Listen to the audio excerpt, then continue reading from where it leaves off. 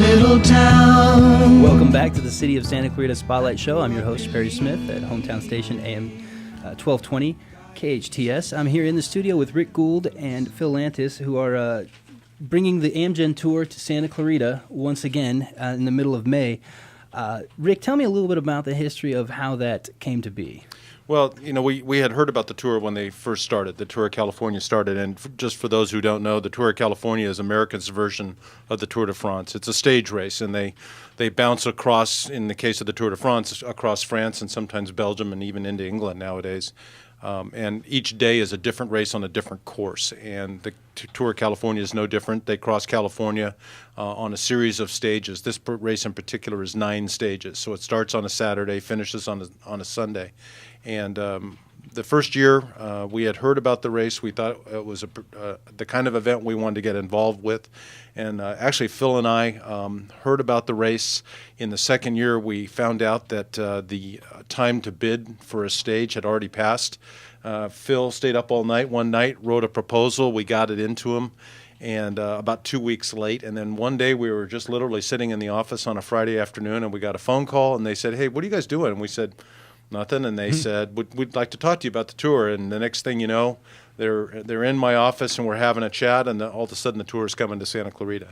Where does it start now? In all the years past, and that's actually something that's been a challenge for us this year. In years past, it's always started in Northern California and come to Southern California, either Santa Rosa, Sacramento, San Francisco, something like that, and then would finish in Long Beach or Redondo Beach, and a variety of different places. This year, they sort of threw us a curve, and we bid for it. We don't know where we're going to fit into the race, but this year they came to us after we had already bid and said, "We're going the other way. Oh. We're going to start in Escondido this year. We're going to go do the race in Escondido, then go from Murrieta to Palm Springs. And then, by the way, we're going to come to Santa Clarita on a Tuesday." Oh, okay. And go south to north. So they'll finish actually in Santa Rosa this year. So that has actually compounded our challenge to some degree. Instead of being here on a Saturday, which is what we've always had in the past, we've had the race here 5 years out of the 8. Going on a Tuesday has dramatically changed our approach, especially to the traffic issues. Right, and I know there's a lot involved in that. How big time is this event in the scheme of things, as far as in the cycling world, for people who may not know that? You said basically California's version of the Tour de France. Right. So this is like for rankings, and you're going to get some of the top cyclists out. Oh, absolutely. Right? We'll get some of the top cyclists in the world. I mean, this race is occurring in May, and this is probably the last major tune-up before the Tour de France. So the cyclists we're going to see are getting ready to race in the Tour, which is the World Cup or the Super Bowl of cycling. So if we're at the NFC Championship game or okay. The National League Championship Series, we're right there before the biggie. There's another one going on, the Giro d'Italia, at the same time. So some riders will go to Italy and some riders will come to California. Well, I know where I'd rather be. Yeah, well, I would too. Right here.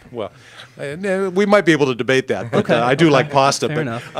Yeah, we'll see. I love Cowboy Cobbler. There you go. we will see some of the best riders in the world. They haven't announced all of them yet, but we have inside indications on some of the teams, and we'll see some of the top teams in the world. Okay, well, that's cool. Do you know any of the names yet? Is it too early to say? Are riders still registering? We're contractually limited from announcing names at this point. Okay, understood. That's all part of the build up to the race, so I'm not in a position to say anything, but I can tell you we do expect major international riders. And how many people tend to come to Santa Cruz? I mean, this is a big event for the city, as far as it's a boon to the city's just business offices, as well as its sports and events calendar. It's kind of hard to tell. It's a Tuesday this year. We're not sure what to expect. We do know that there's a large following that just follows the tour itself. Right. I mean, there are a lot of people who will take a vacation and they'll follow it from Escondido maybe halfway or the entire race, and so they'll book hotel rooms or they'll follow in motorhomes, those types of things. But in addition to that, the tour itself is a traveling roadshow. Right. And so they're also booking rooms and using hotels. That's one of the real great things about them coming this year, is not only are they finishing in Santa Clarita, they're starting the next day. Right. So they stay overnight, so we get the added economic development benefit of the race this year, which is really what makes it helps it make worthwhile for us. Right, Absolutely. As far as the hotel rooms and just people coming by and learning about the city for the first time. So, like you said, you don't have like an idea, because that will change greatly as far as how many people will be coming and going. But they'll be here and they can see the opening of a stage, and they can also see the closing of a stage. Correct. You come on Tuesday afternoon, you watch the finish of the race. Then that night, you can assume that there'll be a lot of people in town on that Tuesday night, hanging out, waiting for the race to start the next day. I think it starts about 12:15. That changes and won't be really set in firm numbers until probably about a week before the race. That has a lot to do with course, weather, and the teams themselves. But we believe the start the next day will be between noon and 12:15. And people can come and gather at a specific point and come and watch the race. How many days does it go for? It's 700 miles. I would imagine it would take at least a couple days to cover that kind of ground. Well, it's 9 days, Okay. and some days are long races. They're like our stage, I think, is a 110-mile race.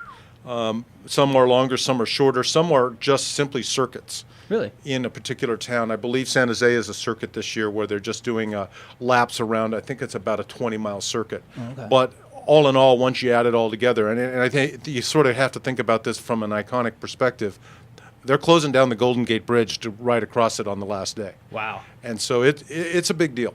And as far as, I would imagine there's logistics involved there as far as we'll talk a little bit more about, how many people we're going to see and what people can do to come watch the race, watch the start and the finish when we come back from a break with a word from our sponsors.